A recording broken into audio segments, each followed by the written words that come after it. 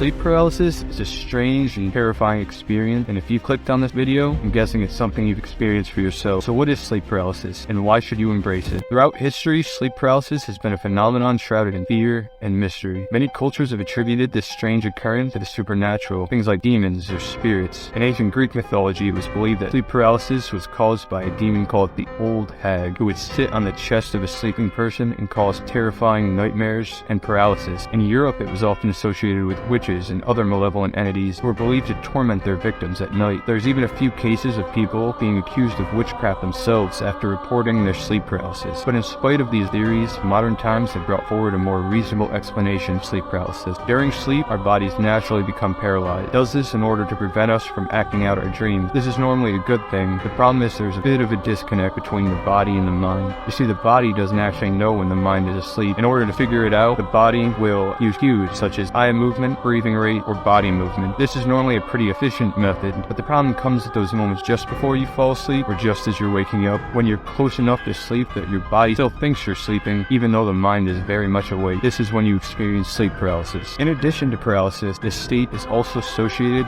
with an inability to speak, feeling pressure or a sense of choking, and hallucinations that can be extremely vivid. Sounds terrible, right? You're probably asking, how do I make sure this never happens to me? Sleep paralysis tends to occur more often when your sleep schedule is disrupted or irregular, something that can be caused by things like sleep disorders, irregular sleep patterns, medications, jet lag, or just a general lack of sleep. So some ways to reduce the likelihood of its occurrence are things like getting enough sleep, maintaining a regular sleep schedule, and avoiding drugs and alcohol. Still, even if you're doing all of this, you may still find yourself experiencing sleep paralysis. So something that I found that works for me is if you find yourself paralyzed, focus on moving a small part of your body, like a finger or your toes. In my experience, a slight movement has always been manageable and will break the paralysis. That being said, I'm going to recommend something that will likely sound crazy. I'm going to recommend not breaking the paralysis, but rather embracing it. While sleep paralysis can be a disturbing experience, it is also a unique moment that places you on the border between waking reality and dreams. If you can remain calm at this moment, it'll offer you a powerful gateway to enter your dreams aware and alert. You'll be able to explore your dreams and experience wonders that press the limits of imagination, and that is only the surface level of what will be available to you. So while it might seem insane at first to embrace something so terrifying, I implore you to step forward into the experience rather than away, and next time you find yourself paralyzed, because if you do, I promise you'll unlock something truly amazing.